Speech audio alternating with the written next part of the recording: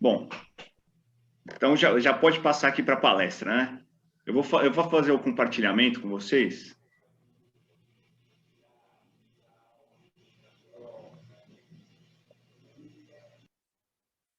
Está aparecendo normal para vocês? Ou não? Agora sim, Rômulo. Ótimo. Bom, pessoal, então hoje a gente está trazendo um tema um pouco mais abrangente do que o que está relatado na própria doutrina espírita, mas eu acredito que, assim, como pensadores da doutrina espírita e, acima de tudo, como pensadores de propostas e ideais maiores para a nossa sociedade, para a transformação da nossa sociedade, a gente também tem a responsabilidade de estudar as diversas áreas da ciência, da filosofia, para que assim tenhamos propostas mais concretas e mais eficazes realmente para uma melhoria de um coletivo como um todo.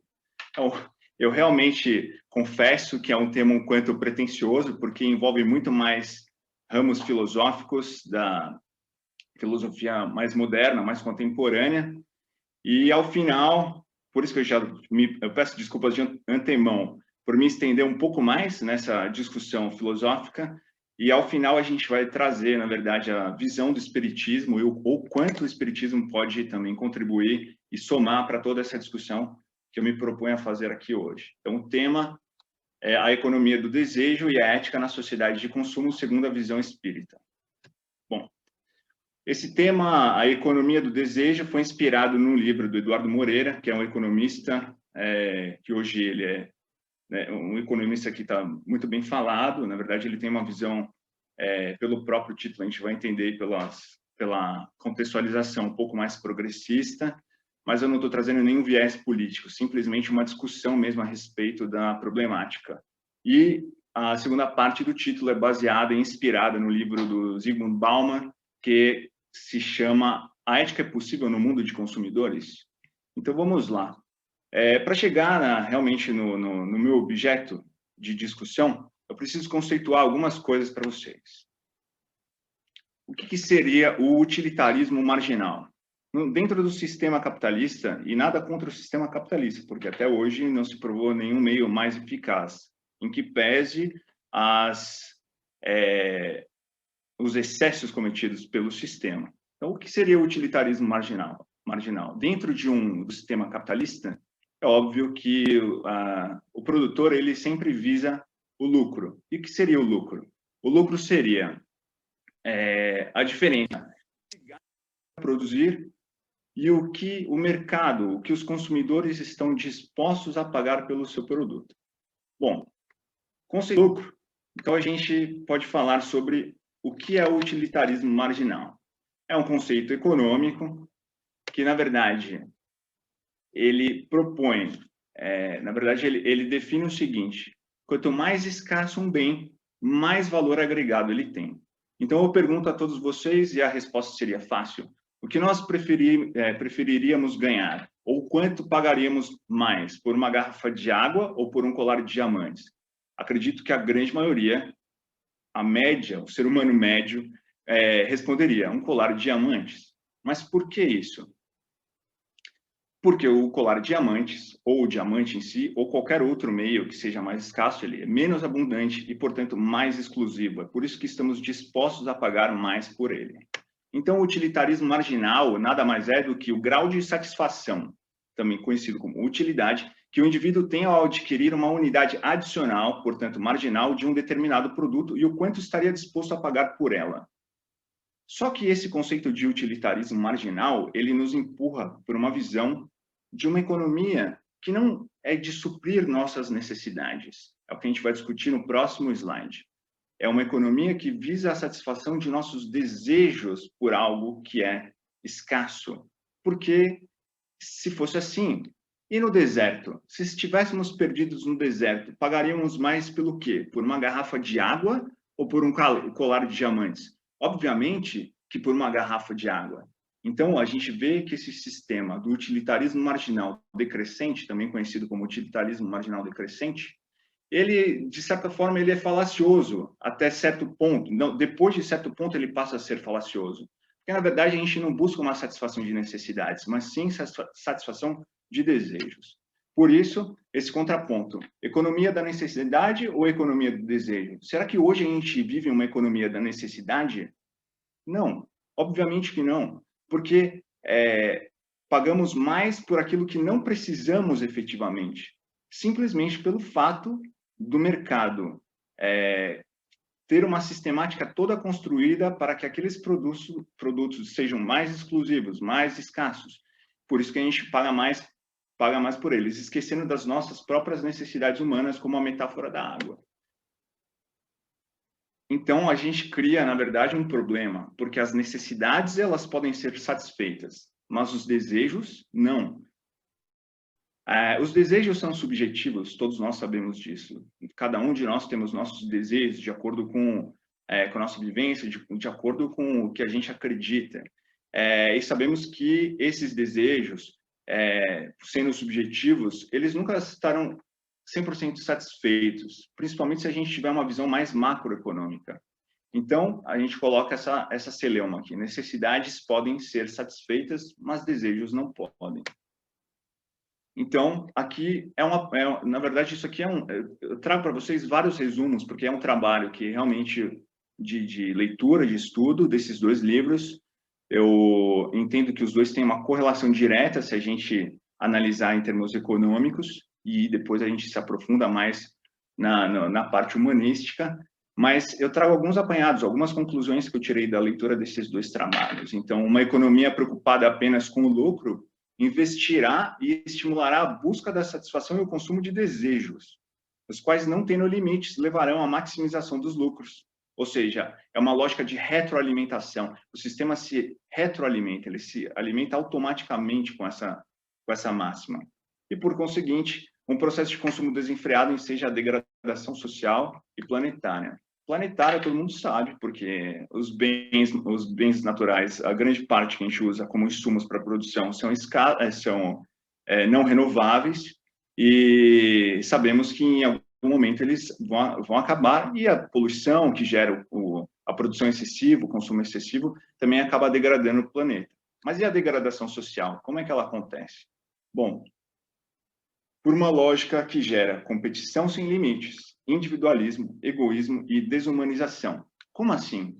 Por que esse sistema de retroalimentação pela utilidade marginal, ela gera essas consequências? Competição sem limites, individualismo, egoísmo e desumanização. Bom, aqui, segundo o Luiz Gonzaga Beluso, no próprio prefácio do livro do Eduardo Moreira, ele traz uma conclusão que eu achei extremamente sensata e apropriada. Controvertido um pouco esse nome, talvez, mas a conclusão que ele tira de toda essa sistemática é muito interessante. Ele traz a seguinte conclusão: é curioso observar como a sociedade argentária, ou seja, aquela que é pautada na acumulação de riquezas, etc., ao transformar violentamente os indivíduos e sua subjetividade em simples coágulos monetários, pretendendo ao mesmo tempo colocar barreiras, ensinando-lhes as virtudes da moderação, da frugalidade, da solidariedade. Então, ou seja, como é que uma sociedade que empurra os indivíduos para essa lógica do consumo, do materialismo, ao mesmo tempo tenta pregar as virtudes de moderação, da frugalidade, simplicidade e da solidariedade? Então, ele coloca: então, como podemos falar de sentimentos como honradez, dignidade, autorrespeito, numa sociedade em que todos os critérios de sucesso ou insucesso são determinados pela quantidade de riqueza monetária que cada um consegue acumular? Todos nós já vivenciamos isso, e é muito triste vivenciar, porque, assim, em determinados meios sociais em que a gente convive, ou mesmo de relance, convivemos de relance, mesmo que não seja um hábito, às vezes as pessoas, elas te julgam. Ele está meio apagadinho, sabe? Ela tá... E tá vazando áudio. Tá meio xoxo mesmo. Tá vazando áudio. Bom, vamos lá. Sabemos que em alguns meios de convivência, você, na verdade, é julgado pelo que você ostenta, não? Então, se você chega num carro, numa SUV, num carro grande, ou se você está usando uma roupa de marca, ou se você usa um relógio caro, em alguns meios sociais você é visto de outra maneira, você é respeitado de outra forma. Então, a gente vê as consequências diretas, na verdade, desse pensamento que o Beloso traz aqui, em resumo, à própria obra do Eduardo Moreira. Então, vamos lá. Agora, saindo da parte econômica e trazendo mais para a linha filosófica, que seria a abordagem do Zygmunt Bauman. Bom, a ética é possível no mundo de consumidores? Esse é o título do livro, escrito pelo Bauman, na verdade, foi publicado em 2011, né? O Bauman é um sociólogo contemporâneo, polonês, então, um povo extremamente sofrido, e que, de certa forma, nesse sofrimento, conseguiu extrair a essência real, tipo, do ser humano. Então, ele viveu de 1925 a 2017 e ele traz uma vastíssima obra que tem mais de 50 livros, e os que tiveram mais destaques, por incrível que pareça, foi depois que ele conceituou o que seria a modernidade líquida e relações líquidas. Então, um dos livros mais aclamados, talvez o mais premiado, seja O Mal-Estar da Pós-Modernidade, de 1997, Modernidade Líquida, de 2000, e Amor Líquido, de 2003. Bom, e qual que é a proposta do Bauman? O Bauman, resumindo aqui o pensamento do Bauman, eu digo que é pertencioso trabalho, porque resumir o pensamento de um ser humano brilhante, assim, fora da média, como Bauman, é algo extremamente pretensioso e jamais eu conseguiria aqui, porque nem é a minha área de atuação, mas eu me esforcei para trazer mais ou menos algo que seja conclusivo para todos, né? A liquidez nas relações humanas e sociais e o quanto a visão unicamente materialista do mundo, nestes casos pautada no consumo insaciável e anestesiante, eu vou voltar no anestesiante depois, afasta um homem de sua verdadeira essência, empurrando-nos, né, nós como homens, para a objetificação do próprio indivíduo que se desumaniza. Então, assim, vamos aprofundar um pouco nesse raciocínio aqui do Bauman. O que seria a liquidez nas relações humanas e sociais? O Bauman, ele conceitua as relações líquidas, na verdade, e que deriva do que ele chama de modernidade líquida, essas relações mais fugazes dos seres humanos, que se enxergam muito mais como produtos do que como seres humanos de verdade. Então, a própria outra filósofa também, que não está referida aqui no trabalho, mas Marilena Chauí, ela tem um livro, me desculpem, mas eu esqueci o nome do livro, que ela diz o seguinte, que nessa lógica pós-moderna, o ser humano, ele se enxerga como um produto dentro do mercado.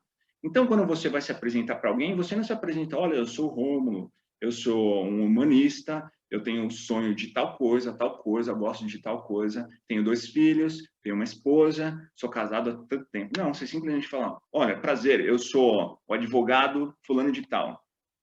É como se a gente virasse nossas próprias profissões, é como se a gente virasse o que o mercado acha que a gente é ou nos limita a ser. Então, isso, na verdade, é muito sutil essa análise que o Bauman faz, mas é bem nesse sentido, e também a Marilena Chauí faz a mesma abordagem, que, na verdade, seria a extrema consequência de um mundo capitalista desenfreado. Na verdade, é transformar os próprios seres humanos em produtos. Então, por isso que geramos relações líquidas, e essas relações líquidas seriam o quê? Olha, eu só estou com você pelo que você me beneficia. Eu só estou com você porque até esse momento você é bom nisso e nisso para mim. Ninguém está preocupado em aprofundar ou, na verdade, chegar numa sublimação de uma relação, seja de amizade ou seja de um casamento. Na verdade, a pós-modernidade, na verdade, é essa consequência. É tudo tão rápido, tudo tão à mão, tudo tão disponível, que a gente acaba sempre focando no que aquilo tem a me oferecer. A gente nunca se preocupa, na verdade, o que eu posso contribuir com aquilo. Então, seria mais ou menos esse o conceito de relações líquidas. Então, quando o Bauman fala que quando isso é colocado como o principal meio de pensamento da sociedade, consequência de um mundo materialista, essencialmente materialista, isso ele gera um consumo insaciável, porque a gente consome tanto os produtos que seriam uma forma de anestesiarmos nossas próprias frustrações. Então, quantos de nós conhecemos pessoas que, na verdade, quando ela está frustrada com alguma coisa, quando ela está com algum problema, ela vai lá e ela faz questão de consumir, de ir no shopping consumir. É como se fosse algo anestesiante. E não é só o consumo de bens nesse sentido, não é uma roupa, não é nada. É de todos os outros produtos. Até se a gente for colocar, a gente pode até abordar nesse sentido consumo de álcool, que hoje é assim, num nível que a juventude realmente tá completamente sem limite. Eu não vou dar uma de moralista aqui e falar, não tem que consumir, não, mas você colocar a felicidade no consumo de um produto, a pessoa não consegue passar um final de semana sem encher a cara, porque aquilo é o consumo de um produto que apaga suas próprias frustrações, porque é muito difícil, né? Se a gente pegar e olhar para dentro, essa autoanálise, ela é dolorosa, mexer nos seus próprios fantasmas é doloroso.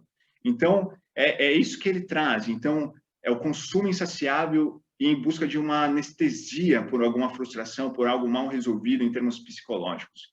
Afastam o quê? O homem da sua verdadeira essência, de fato, porque se você não se autoconhece, você jamais chegará perto da sua verdadeira essência. E empurrando-nos para a objetificação do próprio indivíduo, que se desumaniza, como eu acabei de colocar, o indivíduo como produto. Aqui a foto do simpático Bauman. Confesso que eu nunca vi esse cidadão dando uma risada, talvez pelo histórico mesmo de vida, muito, muito sofrido, né? O povo polonês realmente é um povo muito sofrido. Ele brinca falando que de Berlim até Moscou não tem uma montanha, não tem um aclive, não tem nada, é reto. Então, a Polônia sempre foi um país de passagem de exércitos e, consequentemente, era totalmente devastado, né? Ele traz, então, o seguinte pensamento para chegar para tentar solucionar toda essa problemática. Ele fala o seguinte, né, que, segundo Freud, uma citação aqui, a conclamação para amar o teu próximo como a ti mesmo, né, segundo Freud, seria um dos preceitos fundamentais da vida civilizada. E, de acordo com alguns, uma de suas exigências éticas fundamentais. Então, esse ideal de fraternidade, a gente vê que era muito comum dentre os pensadores modernos, né? A gente vai explicar a diferença de modernidade e pós-modernidade um pouco mais para frente, mas aqui fica claro que, na verdade, Freud, como pensador da modernidade, né? Modernidade seria um tempo dentro da história em que seria denominado pensadores modernos, né? Não é que é moderno hoje, a gente fala, isso aqui é moderno hoje, mas seria um contexto histórico, né? Dentro da modernidade, Freud falava isso, assim como outros pensadores modernos, são as chamadas narrativas universais, que a gente vai ver mais para frente. Bom, mas aí Bauman conclui o seguinte, a fraternidade seria um dos preceitos básicos para se ter uma civilização minimamente equilibrada e bem construída, mas também é um contrassenso, porque é antagônico, ele fala.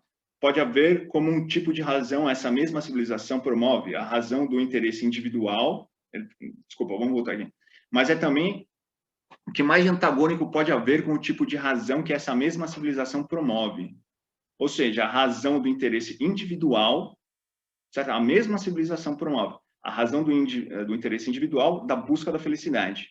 Porque, assim, vamos pensar, se cada um de nós busca a sua própria felicidade, como é que a gente vai imaginar que o ponto de equilíbrio da sociedade seria um ideal de fraternidade? Porque a partir do momento que eu tenho que colocar um ideal de fraternidade acima de tudo, o meu individualismo em busca da infelicidade, ele está freado. Na verdade, ele está limitado por esse próprio ideal. Então, esse seria o contrassenso que Bauman traz, segundo a visão pós-moderna, a respeito disso. Bauman não era um pensador pós-moderno, ele era um pensador moderno. Só que ele estudou a pós-modernidade, por isso que ele trata tanto disso. Então, ele fala que na pós-modernidade, esse é o contrassenso, certo? Se o interesse na pós-modernidade é você buscar sua felicidade a todo custo, mesmo que para isso você tenha que suplantar o interesse alheio, então aquele ideal de fraternidade na modernidade seria tipo um contrassenso. Bom, seria a civilização, então, baseada numa contradição insolúvel? Essa é a questão de Bauman. Vamos lá.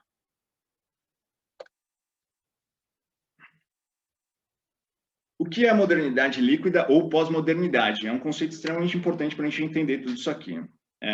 Bom, aqui é um resumo que eu faço, né? Em contraponto à modernidade, na qual se idealizava o surgimento de uma ordem capaz de alcançar um ideal de sociedade mais equilibrada, mais igualitária e fraterna, com mais liberdade e, ao mesmo tempo, segurança, na pós-modernidade, há o ceticismo, a descrença numa narrativa universal mantenedora da ordem, mesmo que sob a égide da ética, ideal de fraternidade. É exatamente o que eu estava falando há pouco.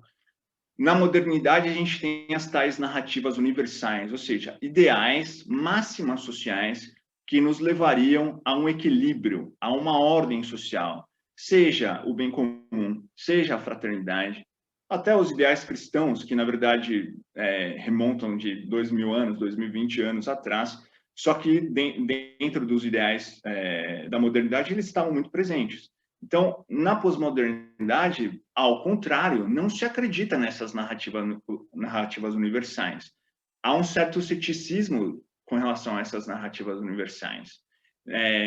Os pós-modernos, na verdade, não acreditam que essa ordem universal seja mantida por um ideal, ainda que um ideal ético, né?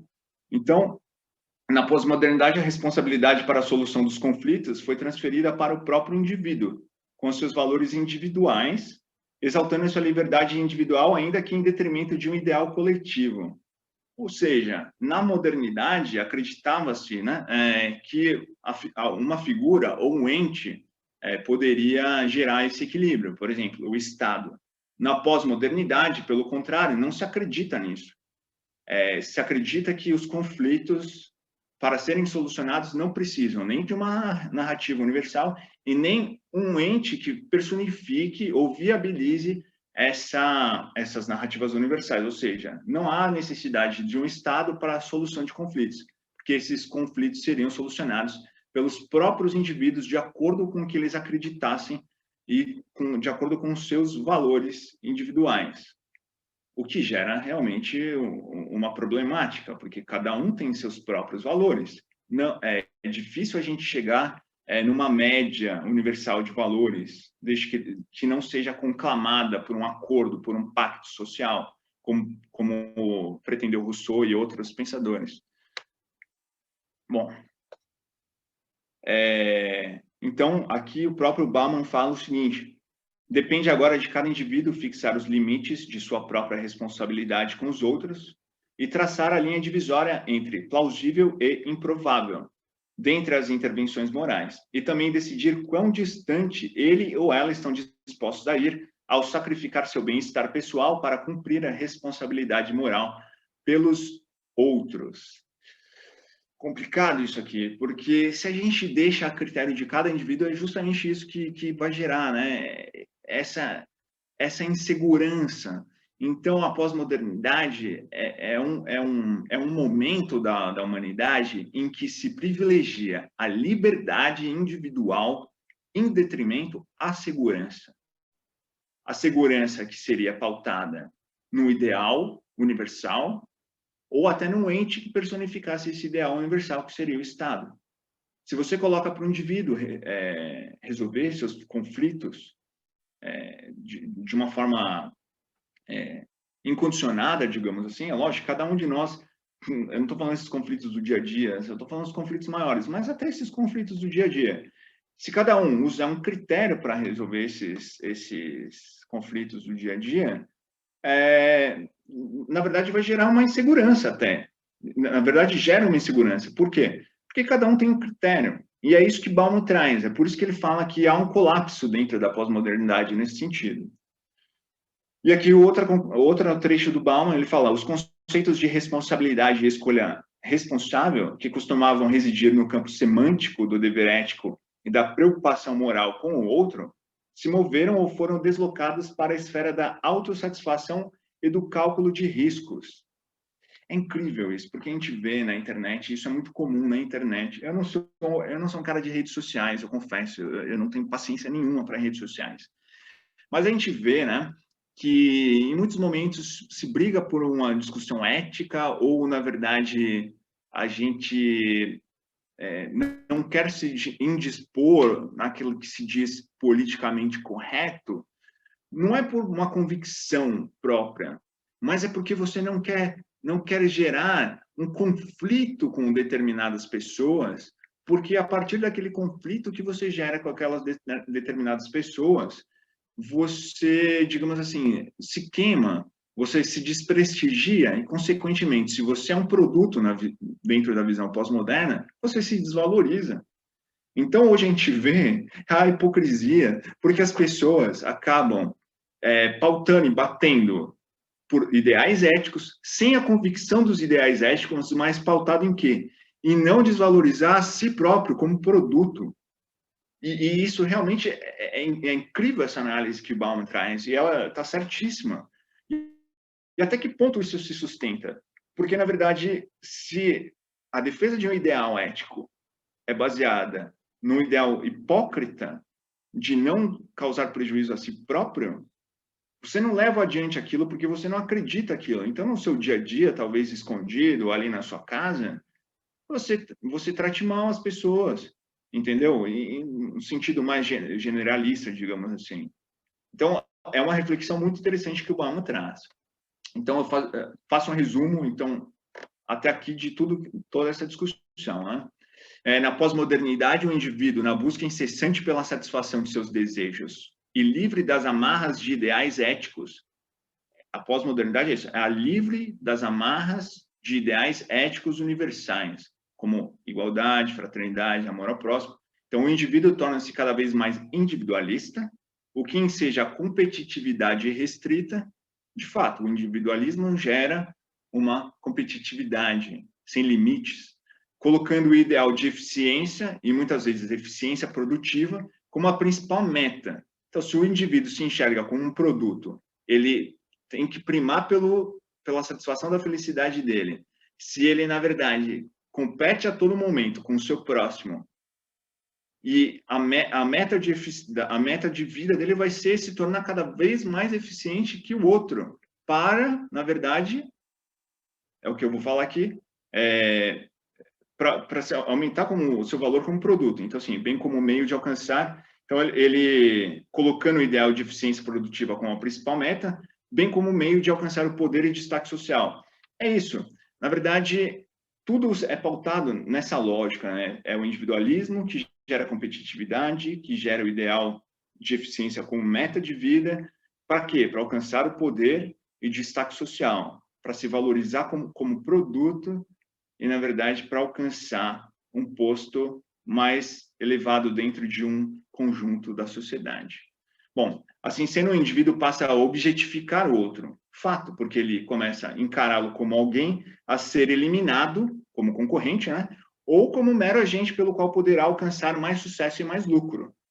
É o que o Bauman chama de relações líquidas. Você passa a encarar o seu próximo como quem? Alguém a ser eliminado porque é seu concorrente, ou como um degrau para você alcançar um lugar mais alto. A essência mesmo do ser humano, nesse tipo de relação, se perde. Tem uma desumanização do homem, do indivíduo. Bom, e aí Bauman traz, no livro, né, É Possível a Ética na Sociedade de Consumidores, no mundo de consumidores, ele traz aqui uma reflexão sobre o que seria ressentimento, né? Então, ele traz 3 tipos de ressentimento. Ressentimento, o catalisador para que esses conflitos sociais aparecessem, para que esse ideal de fraternidade ele se tornasse patente, né?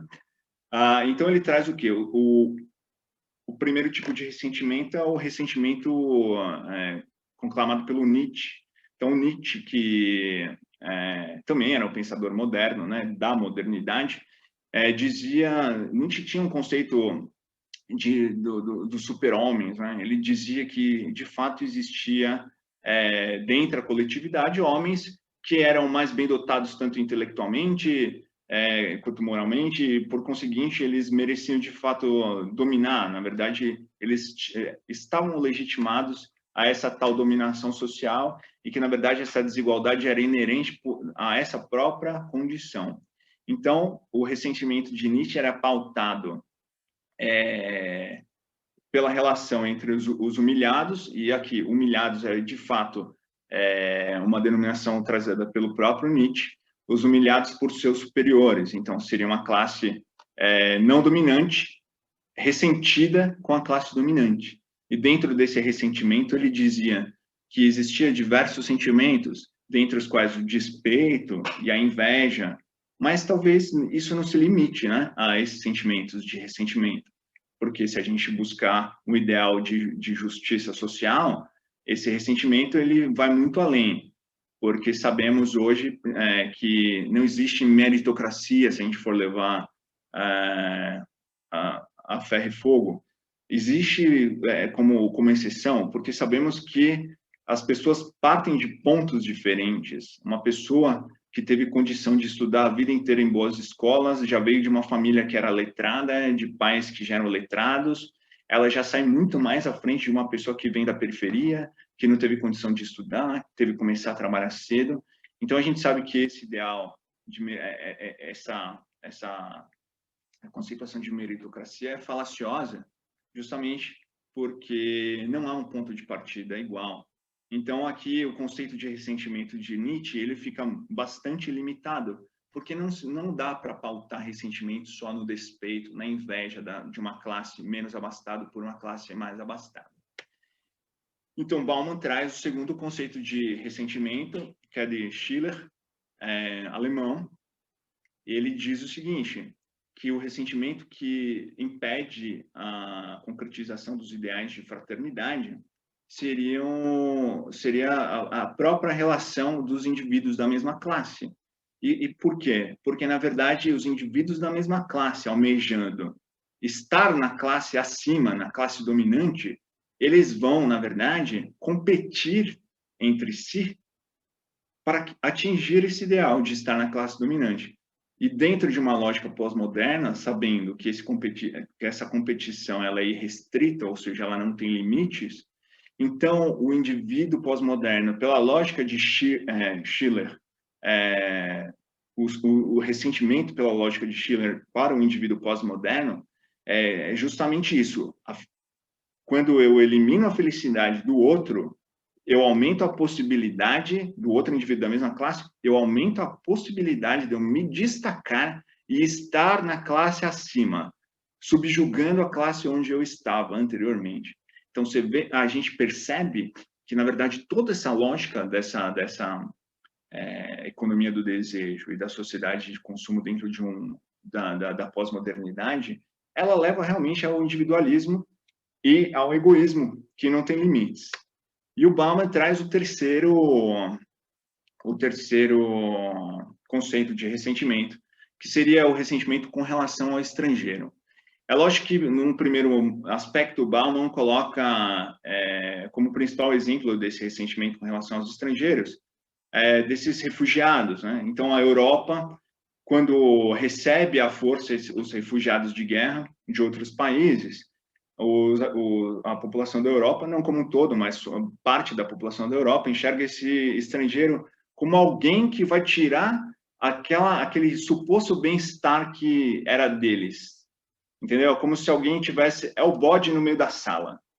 Para Bauman, o estrangeiro, na visão pós-moderna, seria o bode no meio da sala. Alguém que está, na verdade, atrapalhando o que você já tinha solidificado.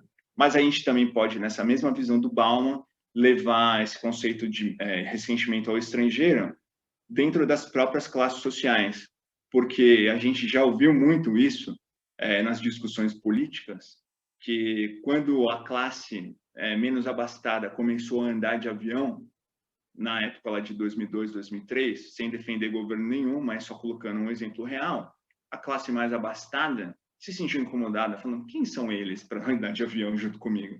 Então, também tem esse lance do medo do estrangeiro nesse sentido. Bom, vamos lá. Então, aqui outra conclusão que eu trago a respeito do tema. Eu sei que é um tema extremamente denso, mas, como eu falei no começo da apresentação, não sei se estava gravando, porque a gente parou e voltou a gravar, como livres pensadores e espíritas livres pensadores, acho que é nossa obrigação estudar todas as ciências, principalmente as ciências sociais e a filosofia como um todo, porque só assim a gente vai conseguir encontrar uma lógica de proposta que seja mais eficaz para a transformação da sociedade. O espiritismo, ele realmente traz muito disso para a gente, com seus ideais de fraternidade, solidariedade, caridade, mas entender a problemática da sociedade em que vivemos faz parte do processo de encontrar soluções mais eficazes para tirar a gente desse momento tão difícil que a gente vive. Vamos lá, aqui uma conclusão que eu trago para vocês, espero que ajude no raciocínio. A incessante busca pela satisfação de um desejo de possuir bens exclusivos ou escassos, né, a tal utilidade marginal, levam o indivíduo das classes mais abastadas à falsa sensação de superioridade pelo destaque egóico equivocadamente chancelado por uma sociedade tipicamente materialista. Primeiro ponto. Da mesma forma, faz com que os indivíduos das classes intermediárias disputem ferreamente entre si uma ascensão social que lhes permita adquirir os mesmos bens e destaque a contragosto da classe dominante. Segundo, e agora o terceiro, e por fim, os indivíduos das classes menos abastadas, excluídos de certa forma desse ideal de ascensão de castas, né? Em alguns casos, eu estou grifando aqui, em alguns casos, para quebrar essa barreira, corrompem-se em trabalhos ilícitos, visando, ainda que de forma não legitimada pelos demais grupos, seu lugar de destaque ou mínima visibilidade dentro da sociedade. Eu vou fazer aqui um comentário sobre esse segundo trecho. Obviamente que eu não estou colocando isso como uma regra, né? Eu estou falando que em alguns casos, nas classes menos abastadas, a gente sabe, o jovem da periferia, o jovem das comunidades, ele também quer seu lugar ao sol, isso é fato. Ele quer consumir um iPad, ele quer consumir um tênis de marca, ele quer consumir roupa de grife. Se ele for sem esses itens para o shopping da Zona Sul, eu falando na lógica do Rio de Janeiro, que é mais fácil de entender, se ele for sem esses itens para o shopping de Zona Sul, ele não entra. Ou se ele entrar, a menininha bonitinha lá do shopping da Zona Sul, ele jamais vai olhar para ele, porque ele está vestido como um excluído. Então, o que ele vai fazer se ele não tem a oportunidade? E eu não estou falando que isso é correto, eu estou falando que isso é uma consequência de toda a desigualdade que a gente vive e por essa lógica tão injusta da nossa sociedade. O que ele vai fazer para conseguir esses produtos? Por isso a ética na sociedade de consumo. Ele vai se aliciar ao tráfico de drogas, ele vai se aliciar a criminosos, porque ele vai querer consumir aquilo de alguma forma. Isso é o ideal do ser humano. O ser humano, ele quer se sentir aceito dentro de um grupo. Se ele não se sente aceito dentro do grupo, ele vai buscar isso de alguma forma. E aí eu digo mais, porque antes de assistir um documentário do Curta, eu não sei, é um canal da TV fechada, que estava falando sobre o funk. Eu, sinceramente, assim, eu não gosto, porque não é meu estilo de música, de fato, só que eu tinha um certo pé atrás. Eu continuo não gostando, porque acho que tem algumas coisas também são excessivas, mas assim, ouvindo o DJ Malboro falando, eu estou dando uma referência que é tipo, um nome muito conhecido no funk, foi um dos precursores do funk no Rio de Janeiro. Ele fala assim, que o funk é uma forma do jovem da periferia conseguir o seu lugar ao sol, ganhar o seu dinheiro e conseguir um pouco de visibilidade dentro de uma sociedade que é tão injusta e desigual. Então, mesmo que a gente não goste da música, porque também ninguém é obrigado, a gente tem que entender que é um movimento cultural marginal, marginal não digo de excluído, porque a grande mídia ainda tem muito preconceito com relação a isso, mas que a gente, na verdade, tem que respeitar como algo genuíno, nascido dentro da periferia, e que, na verdade, é um meio alternativo para que esses jovens não caiam nesses meios ilícitos de conseguir o seu lugar ao sol.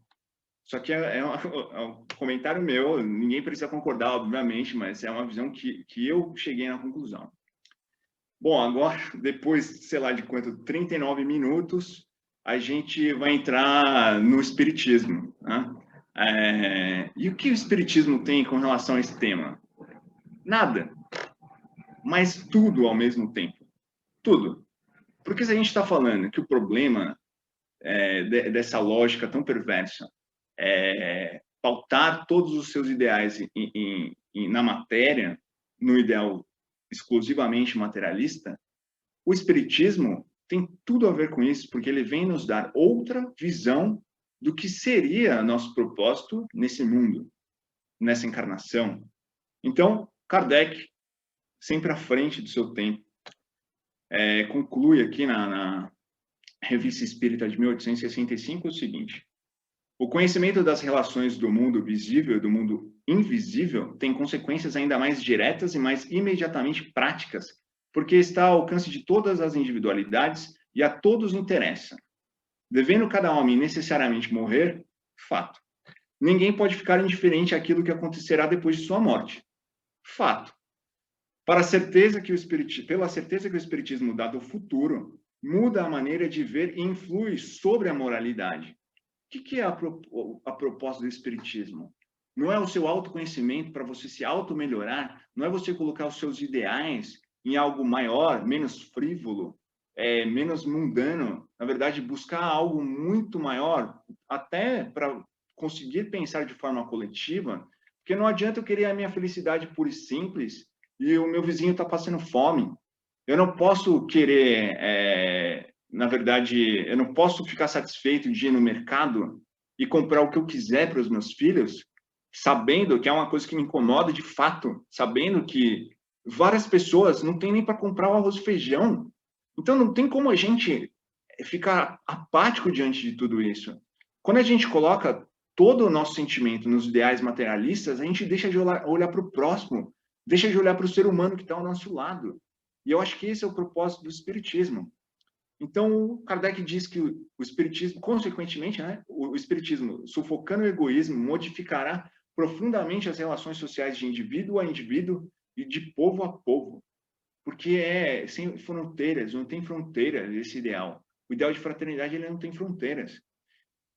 Então, quando a gente fala da compra de vacinas hoje, dos incidentes diplomáticos que o nosso desgoverno causa todos os dias e gera um conflito diplomático que o maior produtor de insumos de vacina não quer mais vender para a gente ou cria resistência, a gente está demonstrado, a gente não está falando de comprar carro importado, a gente está falando de salvar a vida. Olha o extremo que é levado. Olha o extremo que essa lógica pós-moderna leva. Você relativiza vida. E isso tem que ter um fim. E nós, como pensadores, nós, como incomodados com isso, pautados no ideal do próprio espiritismo, e que não seja no espiritismo, é um ideal ético de fraternidade, a gente tem a obrigação de lutar para que isso aconteça. Para que, na verdade, que esse desmando, que essas atrocidades aconteçam de forma tão leviana e tão banal. Então, esse é o meu desabafo. Entende? Por isso que o propósito dessa apresentação. Bom, vamos lá. Desabafos à parte, né?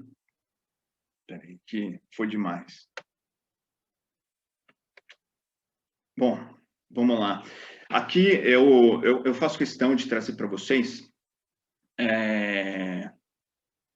uma conclusão da série psicológica da Joana de Ângeles. Todo mundo sabe, né? Psicografia do Divaldo Pereira Franco. Eu sei que o Divaldo, por alguns posicionamentos que tomou nos últimos tempos, é um nome, não chega a ser controvertido, mas tem o segmento do espiritismo que meio que está um pouco desgostoso com o Divaldo, mas como eu já falei em outras palestras, por mais que eu não concorde com alguns posicionamentos dele, o legado que ele trouxe, tipo, pelo esforço, né, da psicografia, afinal de contas é tempo da vida dele, é dedicação, é esforço, é saúde que ele coloca ali, a gente tem que respeitar a obra, né? A gente tem que respeitar a obra. E a obra que a Joana de Ângeles traz é de uma profundidade psicológica muito interessante. A análise que ela faz do comportamento humano, eu vejo de forma muito benéfica, né? e libertadora. Então, eu trago aqui uma conclusão da própria Joana de Ângeles no livro Momentos de Saúde e de Consciência. É um pouco extenso, eu peço um pouco de paciência. Vou tentar ler o mais rápido possível aqui. Bom, o conhecimento da imortalidade conscientiza o ser para um comportamento ético elevado em relação ao seu próximo, tudo lhe fazendo conforme o padrão que lhe constitui ideal e que, por sua vez, gostaria de receber. Fazer ao próximo o que gostaria que fizessem a ti, né? Amar ao próximo como a ti mesmo. Alguém já falou isso em algum momento da história. Nesse sentimento de solidariedade se encontra a meta desafiadora que deve alcançar no processo evolutivo e de autoiluminação. Todo um esquema de projetos para tornar-se realidade apresenta-se a partir do momento em que a sua existência física adquire sentido. Qual é o sentido da nossa existência física? Significado e finalidade, que não se interrompem com a morte orgânica, no seu incessante fenômeno de transformações moleculares. Foi o que eu disse aqui na minha última apresentação, que não é para a gente deixar de valorizar a oportunidade dessa reencarnação, que é maravilhosa, e sem isso não evoluiríamos da maneira adequada. Mas por que não colocarmos tudo o que fazemos nessa encarnação também visando uma continuidade? Sabemos que todo o conhecimento que adquirimos nessa encarnação, ele se perpetua, ele vai ficar instalado no nosso inconsciente. Mesmo que ele não fique acessível, de forma clara nas próximas encarnações, ele vai estar lá, de forma latente. E vez ou outra ele vai aparecer. E a gente sabe que até nos processos mediúnicos ele é utilizado. Continuando, Joana. A visão imortalista enseja uma dilatação de objetivos em relação à vida, pois que, logrado um patamar de valores e realizações, outro surge atraente, propiciando novos esforços que facultam o contínuo crescimento intelecto-moral do candidato decidido.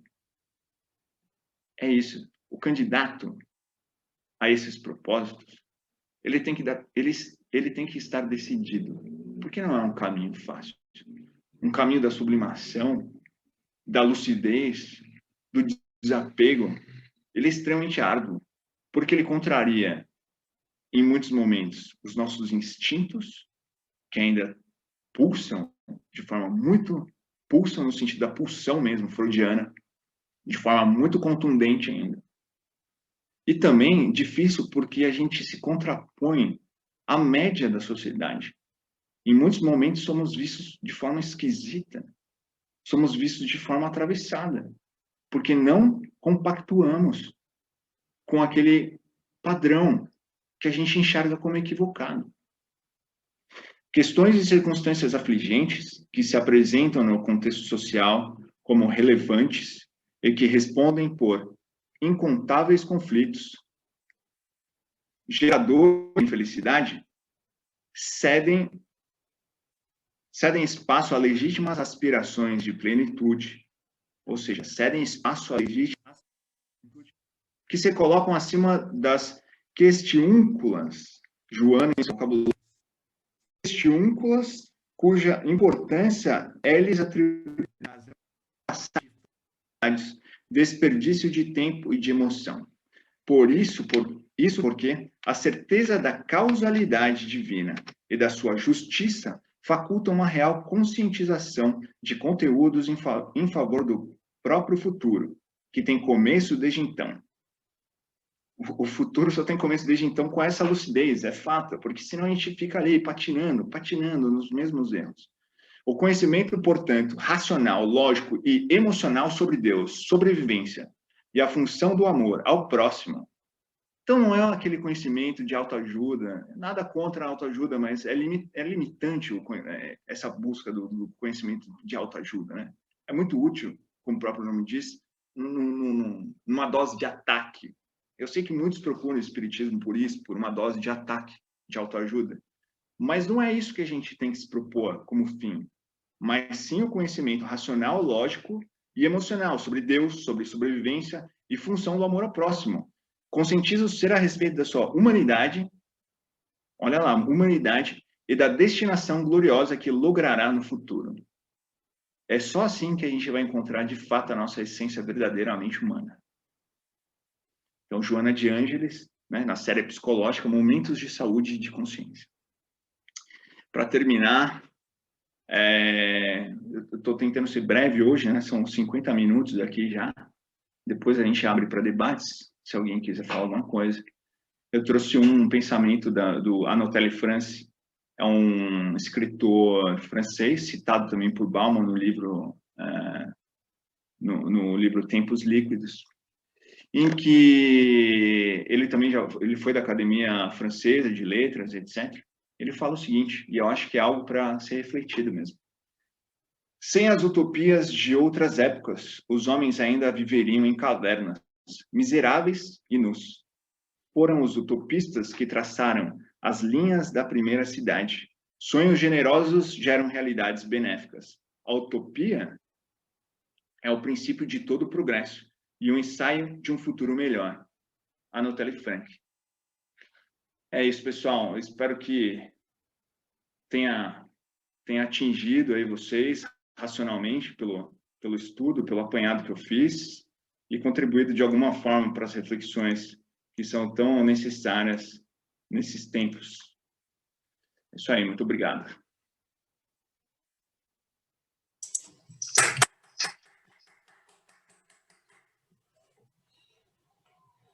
Aqui é a bibliografia, tá, de referência, né? Como eu tinha falado antes, Economia do Desejo, a Farsa da Tese Neoliberal, Eduardo Moreira, editora Civilização Brasileira, e o segundo livro aqui, mais importante que eu usei, dentro do ramo filosófico, A Ética é Possível no Mundo de Consumidores, do Bauman, editora Zahar.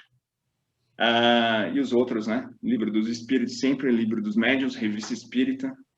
É isso aí.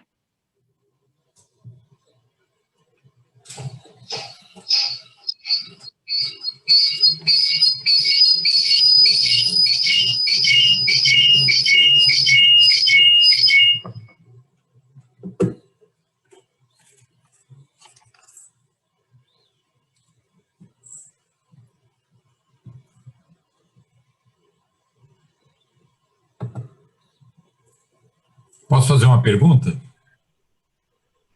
Vocês estavam me ouvindo? Estavam? Sim, claro. Estava normal. É estranho, porque eu vi que minha câmera estava desligada, só reparei agora e o mute também estava apertado aqui, não sei por quê. Bom, antes de tudo, Rômulo, muito bom, sabe? Ouvir uma reflexão sobre o nosso papel, né? O que a gente deve buscar. Como espírita, em certa medida, mas também, principalmente, como seres humanos, né? Como cidadãos. Claro.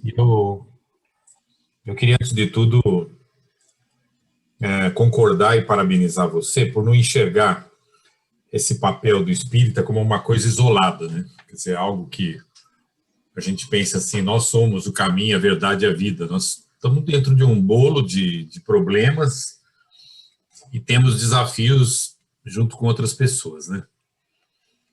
Eu queria te propor uma questão que envolve a ética, a moral, que é a questão da liberdade. Em geral, as pessoas buscam coisas diferentes. Então, fica claro que a gente não poderia, por exemplo, ter uma sociedade se todos tivessem liberdade completa para fazerem o que quisessem. E é claro que vale a pena viver em sociedade, porque a gente ganha muitos benefícios com isso, né? E, portanto, cabe você abdicar de algo para o seu próprio bem e o bem comum. Mas aí entra realmente essa questão. Como que a gente pode buscar um conjunto de valores para a sociedade, tendo como premissa que nós preferimos viver bem e estar bem em sociedade, do que o de fazer apenas aquilo que nós queremos fazer. Então, como é que você considera que pode ser esse pacto social? E repare que eu não estou falando apenas de política, eu estou falando até das coisas do dia a dia, até das coisas que nos envolvem na relação com as pessoas. Você acha realmente possível a gente encontrar esse pacto que nos faça felizes, apesar de abdicar da nossa liberdade?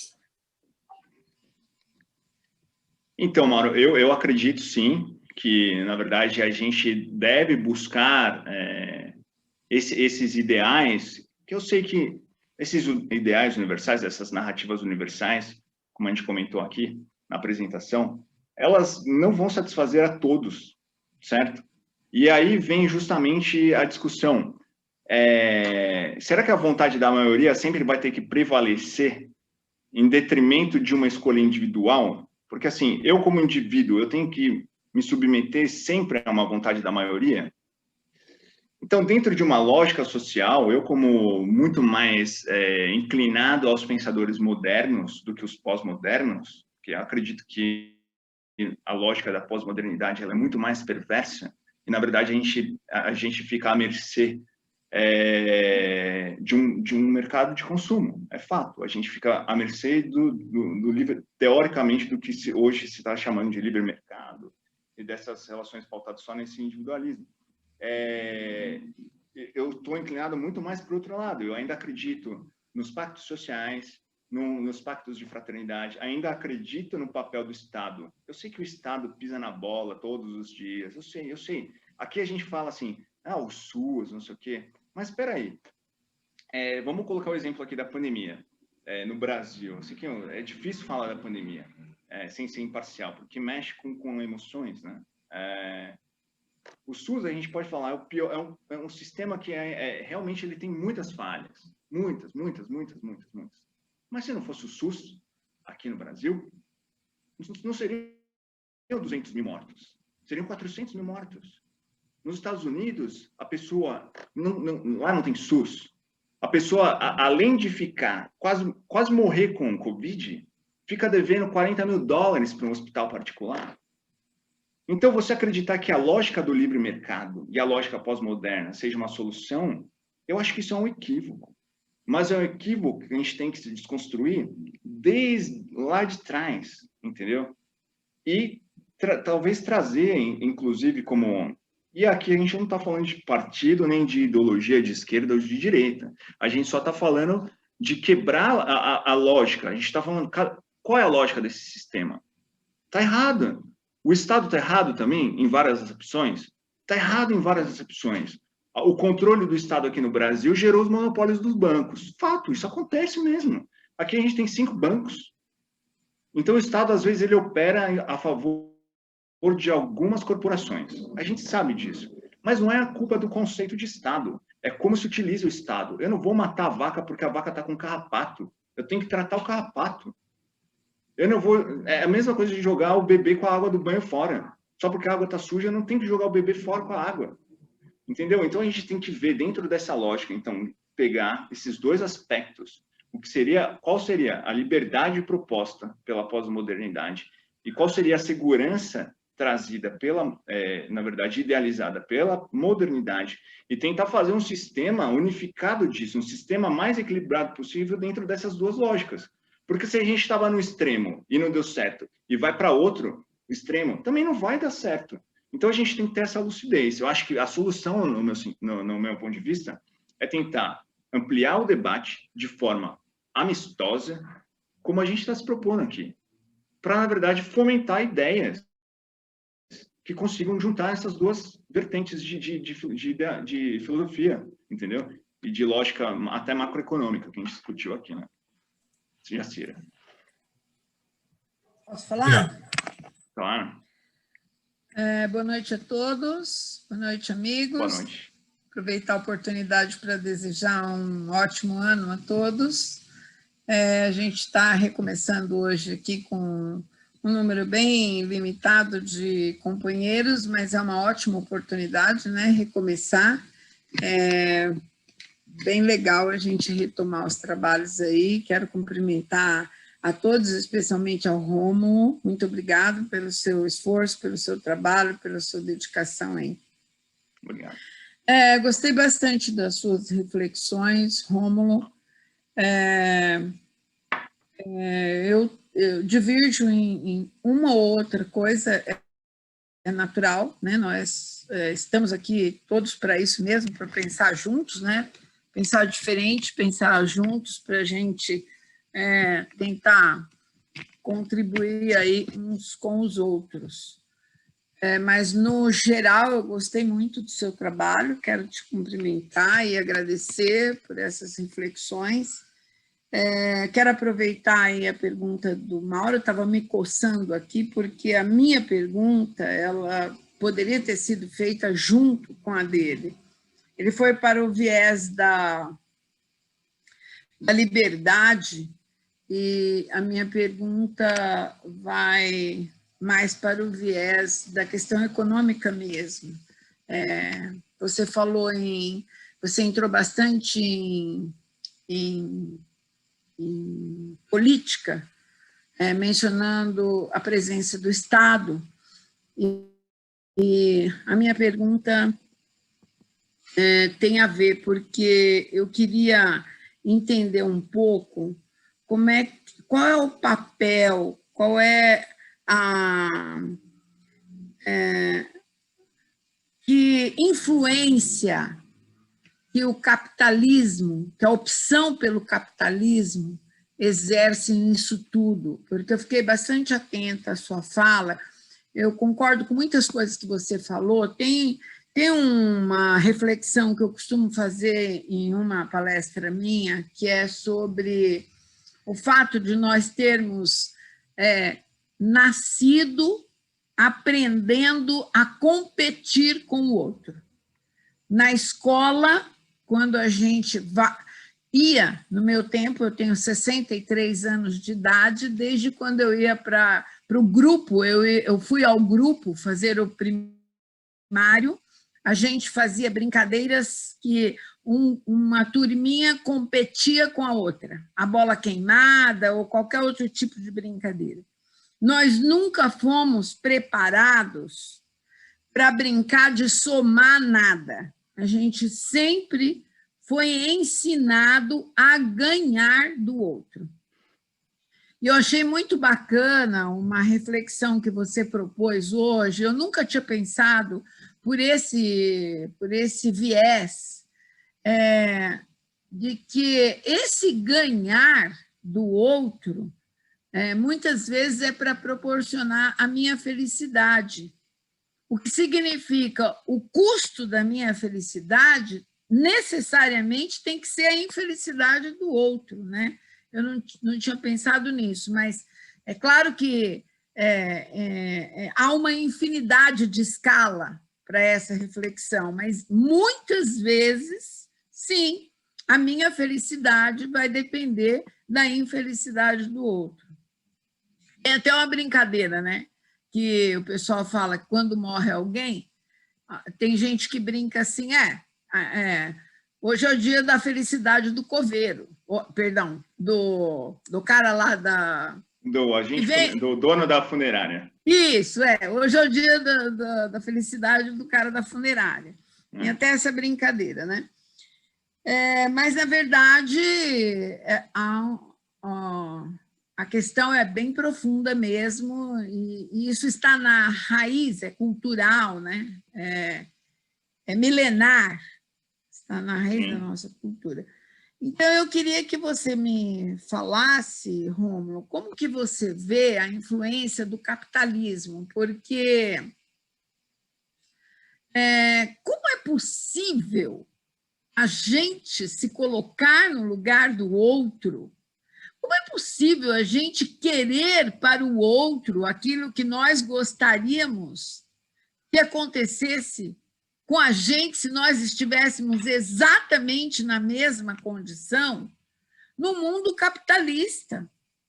O que é que nós, espíritas, vamos falar para nós que nascemos e crescemos estudando o espiritismo, fizemos uma existência inteira diferente disso, de pensar o que é que eu faço para acumular mais, para ter mais.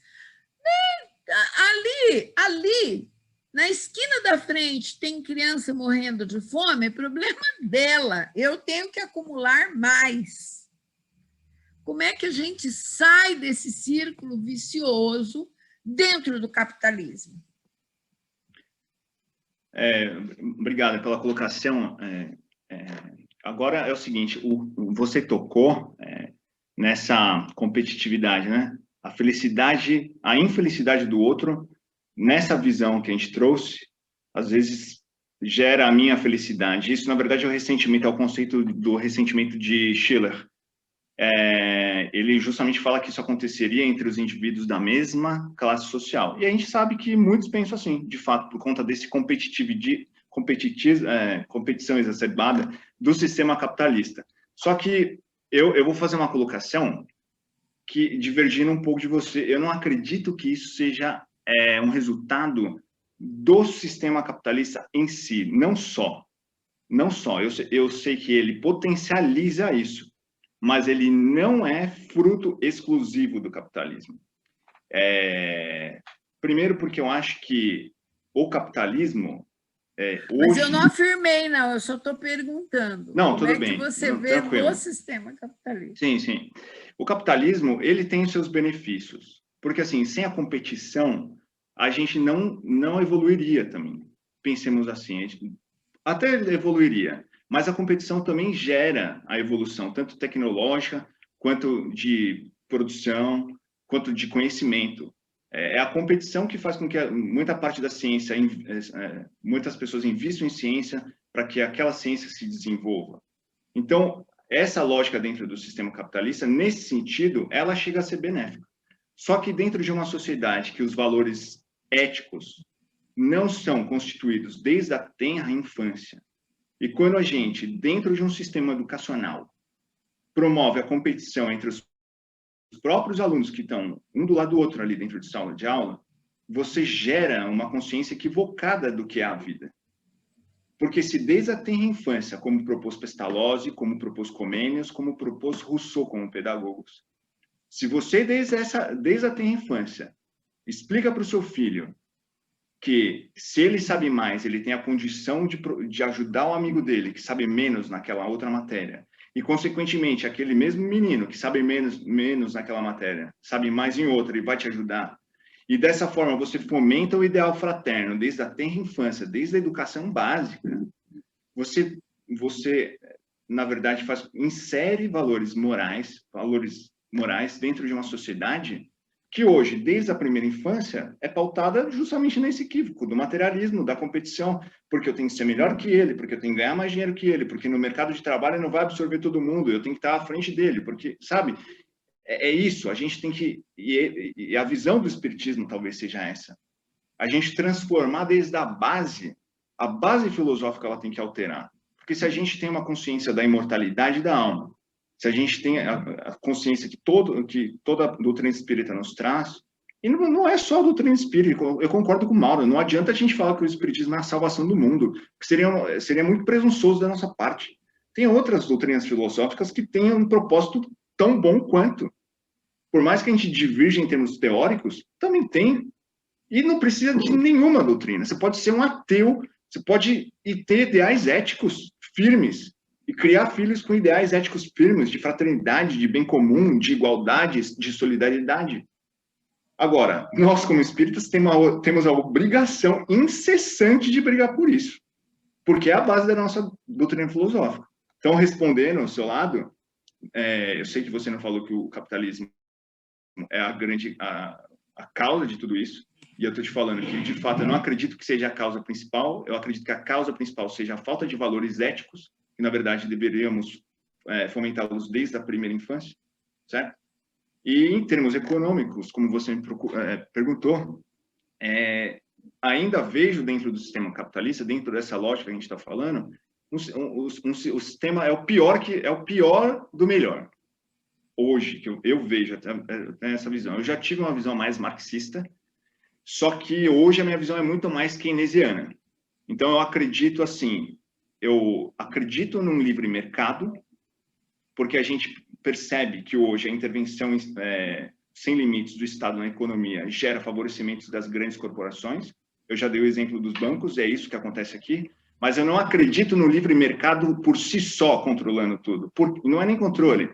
é realmente criando oportunidade. A gente sabe que, na verdade, imagina que o Brasil, do dia para a noite, se tornasse um país ultraliberal, certo? Não cobrasse praticamente nenhum, não é difícil, mas diminuísse a maior parte das cargas tributárias, eliminasse todos os direitos sociais trabalhistas, que é um equívoco. A gente viu que a reforma não aumentou nada de posto de trabalho, a reforma trabalhista de 2017. De lá para cá, não aumentou absolutamente nada os postos de trabalho. Ao contrário, né? Muito pelo contrário. Ao contrário. E a terceirização das atividades fim, isso aí é um crime. Isso é um crime. Só quem está dentro da Justiça do Trabalho sabe que isso é criminoso. Entendeu? Porque a terceirização, e aqui eu faço aqui um desabafo... A gente está caminhando para a escravatura novamente, né? Não iria tão dramaticamente a tal ponto, né? Mas, assim, realmente é um retrocesso muito grande. Porque a gente vê que a terceirização, e agora eu estou falando de atividade meio, não dá certo nem dentro do próprio tribunal. Não dá certo nem dentro do próprio Tribunal do Trabalho. A gente sabe que as empresas fecham e não pagam ninguém. Aí faz outra licitação com outra lá, os empregados são demitidos. Imagina a atividade fim. É um absurdo. A gente sabe que não dá certo. Só que essa máxima neoliberal que foi implantada de forma tão suja, fala que é a solução para tudo. E não é. E pior, que quem defende mais isso é a classe mais pobre, que vai ser mais explorada e cada vez mais explorada, abrindo mão dos seus direitos conquistados a tanto sangue e suor. Que a gente sabe que é a segunda fase da Revolução Industrial, os direitos sociais. A gente sabe disso. E quantas crianças não perderam suas mãos nas prensas? Quantas mulheres não morreram ali por esgotamento físico, 18 horas de trabalho? E aí eu vejo um liberal falando, melhor pouco do que nada. É melhor ganhar pouco do que nada. Volta lá, século XIX. Não faz tanto tempo, não. Entendeu? Então, não, assim... É disso que eu falo quando a gente está caminhando para voltar à escravatura, porque se você pensar que o entregador de qualquer produto, há muito pouco tempo atrás, era um empregado com registro em carteira, que tinha todos os seus direitos garantidos, que fazia entrega com o veículo do patrão. Hoje, quem é um empregador? O cara vai com a sua motocicleta ou com a sua bicicleta, ele não tem relação de emprego, se quebrar a bicicleta ou a motocicleta, azar é dele, ele se mata de trabalhar, porque quanto mais entregas, ele ganha um valor irrisório por cada entrega, os filhos não têm direito a nada, ele não vai ter aposentadoria. Então, isso que eu chamo de escravizar a mão de obra, de uma forma... Claro, não chegamos ao ponto da escravatura no sentido genuíno da palavra, mas a gente está escravizando o trabalhador por outras formas, né? Voltando a escravizar o trabalhador.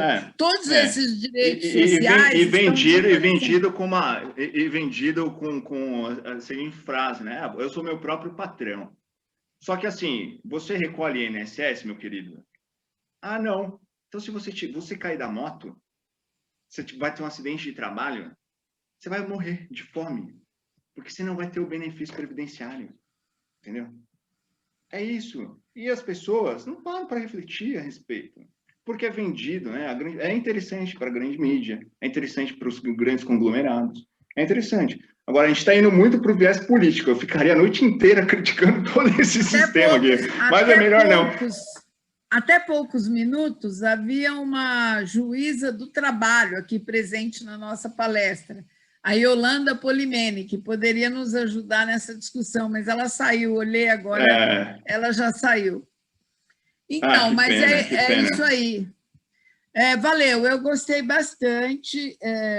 Ô, Jacira, deixa eu só complementar rapidinho, eu sei que eu estou demorando aqui na discussão, já é 9h20. Eu falei que eu sou muito mais marxista hoje do que muito menos marxista, né? Na verdade, hoje eu entendo a filosofia de Marx, a proposta de Marx, respeito, mas eu sou mais keynesiano hoje, porque eu não enxergo, eu enxergo o Estado como se fosse um emulador de partes da economia, ou seja, eu acho que o papel do Estado é você fazer uma lógica e falar assim, onde que estamos deficitários? É na tecnologia X. Então, eu vou investir nessa tecnologia para que a gente tenha autonomia produtiva dentro do país, para que não fique tão dependente do mercado externo. A gente sabe que hoje a economia, a gente é um país muito mais importador de produtos com valor agregado e exportador de commodities, como sempre fomos, né? Tirando a corrida industrial ali de 60 até 80. Mas eu acho que o papel do Estado é isso. E a gente vê isso nas grandes nações. Os Estados Unidos é um exemplo claro. A maior parte das tecnologias desenvolvidas pelos Estados Unidos vem da indústria aeroespacial, investimento pesado do Estado, e da indústria bélica, também outra indústria com investimento pesado do Estado. A Coreia do Sul, que na década de 80 era menor que a gente, em termos econômicos, eles também fizeram um investimento pesadíssimo, tanto no ramo educacional, porque o Estado falou assim, precisamos desenvolver profissionais com tal capacidade. Investiram em profissionais da área de engenharia pesadíssimo. E aí conseguiram, a longo prazo, desenvolver suas próprias tecnologias. A Samsung está aí, a Hyundai está aí, provando. E hoje eles são exportadores de produtos com valor agregado, não de commodities como a gente.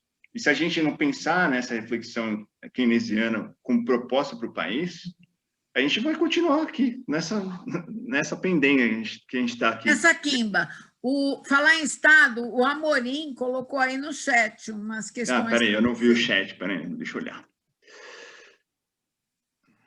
Interessantes provocações. Valeu, Amorim. Vamos lá. O Estado é dirigido por pessoas tão imperfeitas como todos os demais. Você entende que o governo deveria ser exercido por pessoas de uma aristocracia moral? O difícil é conseguir isso, né, Amorim? E eu não sei, porque eu sou um cara muito mais pluralista, né? Eu não acredito que a gente, como eu usei a palavra pretensão em vários momentos aqui, quem vai fazer essa escolha por ascendência moral, sabe? Quem vai julgar quem tem uma ascendência moral ao outro? É complicado. Eu entendo que, de fato, seria tipo um caminho para a gente sair dessa politicagem extremamente pautada nos próprios interesses. A gente sabe, né? As pessoas estão lá, a minoria busca, na verdade, um projeto coletivo, de nação, etc., sem ufanismos, digamos assim, né?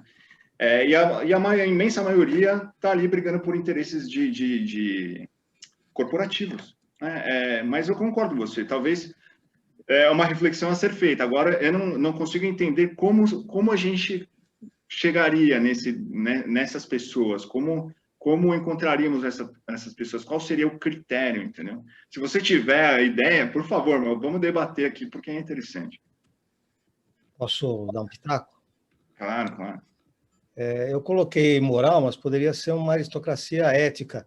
Eu não indicaria um colegiado para indicar essas pessoas, mas eu estou me referindo a que a população aprendesse a reconhecer esses valores nos candidatos e escolher os melhores. Porque atualmente o que a gente vê é que as pessoas escolhem aqueles que prometem vantagens para o seu grupo. Claro, você tem toda a razão. Eu entendo, sim, que, na verdade, até a nossa democracia representativa, no modo que ela é operada, ela não funciona. Primeiro que eu sou muito mais parlamentarista do que presidencialista. O presidencialismo, ele, na verdade, é um sistema que ele tende sempre a dar errado. Para mim, o parlamentarismo seria mais eficiente. E voto distrital, para mim, também seria algo que favoreceria essa sua ideia, porque se eu tenho uma proximidade maior com aquele meu candidato e eu conheço mais, entendeu? Só que também, assim, a gente vai mudar o jogo, as regras do jogo, só que a gente tem que entender o seguinte, que não adianta a gente mudar uma regra do jogo e não mudar as pessoas. Porque eu posso falar assim, a partir de agora, empurrão é cartão vermelho. Só que se a pessoa está habituada, se o zagueiro está sempre habituado, desculpa fazer uma metáfora futebolística, meu time perdeu de 5-1 ontem, não deveria nem estar falando de futebol, mas assim, se o zagueiro está acostumado a sempre chegar dando umbrada, ele vai ficar um bom tempo chegando dando umbrada, até que ele aprenda, realmente vai aprender, uma hora ele vai aprender. Mas não seria melhor a gente, na base, começar a mudar isso? Lá lá em Cotia, lá em Cotia, os meninos de São Paulo, olha, não pode chegar dando umbrado, vamos chegar de outra forma. Então, assim, a gente vê hoje que os candidatos que são do bairro, eles chegam lá e falam assim, olha, se eu for eleito, eu vou fazer um churrasco aqui para o time de futebol, vou comprar camisa para o time de futebol, e aí o pessoal vai lá e vota nesse cara. Então, a gente entende, mudar as regras do jogo não soluciona quando a base da população não tem ideais éticos, entendeu? E a minha câmera subiu de novo. Mas acho que é isso, acho que eu respondi, né? Nós estamos falando, na verdade, numa coisa só, que é a educação, né? Isso, claro, sem dúvida. É a chave de tudo. Legal. E o Kardec foi um grande educador, a gente tem que respeitar esse lado dele. Eu acho que não é à toa, não é à toa que o Espiritismo veio para ele, assim.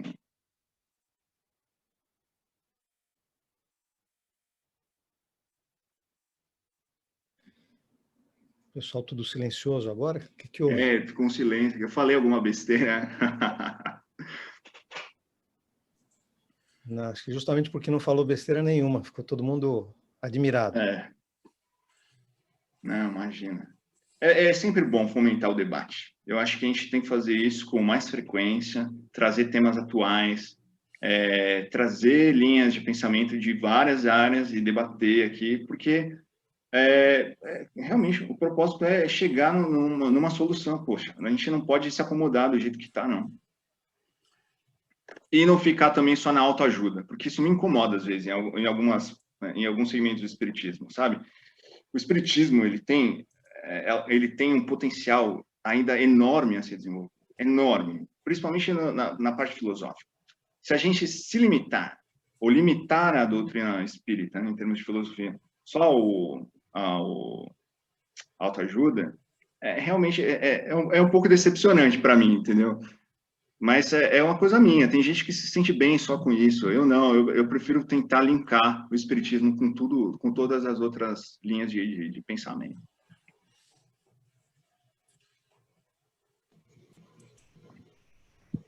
Ô, Rômulo, acho que está quase na hora de encerrar. Acho que eu queria comentar com todos que o Rômulo se propôs a ser o coordenador das nossas palestras online, e a partir de hoje ele assumiu essa função e até trouxe o ônus de começar ele próprio fazendo a primeira palestra. Então, quero agradecer as duas coisas, Rômulo, você ter se proposto a conduzir esse trabalho a partir de agora, que se tornou uma marca do Herculano desde o ano passado, empurrados, né, pela pandemia, mas que a gente espera que tenha continuidade de alguma forma, e agradecer também por esse trabalho que você fez de pesquisa, de análise, de reflexão. Eu queria propor que a gente comentasse sobre o que vai ser a semana que vem. Quem vai falar semana que vem? Não sei se você está lembrado, para a gente anunciar. Angélica, aqui. ela já mostrou aqui o que ela vai falar. Ela já mostrou, é mesmo. Mostrou até o livro em que ela vai se basear. Muito bom. Isso. E eu queria fazer uma proposta ao vivo aqui para o nosso companheiro Antônio Carlos Amorim, que é o seguinte: o Amorim e a Suzete, em alguns momentos também companheiros deles do Centro Espírita Luiz Ismael, participaram aqui das nossas lives, vamos chamar assim. E existe, Amorim, uma possibilidade nossa, não sei se manter toda semana, mas no mínimo a gente ter uma vez por mês uma atividade dessa, mesmo que a gente venha a ter atividade presencial. Eu queria propor que a gente pudesse ter uma programação integrada entre o Centro Espírita Luiz Ismael e o Centro de Estudos Espírita José Herculano Pires. Queria saber aqui na bucha se você topa uma coisa dessas, para essas lives. De minha parte, está topado. A ideia seria o que? Fazer no dia de reunião de vocês? Se puder ser na quinta-feira, ótimo, mas se for o caso também, a gente pega os dias que são melhores para vocês, a gente divulga os dois, né? Pode ser algo assim também. Oi. Mauro, se é uma parceria para juntar as duas instituições, pode ser também uma no dia das nossas palestras, a outra no dia das palestras Muito bom. deles. Melhor ainda. Alternando.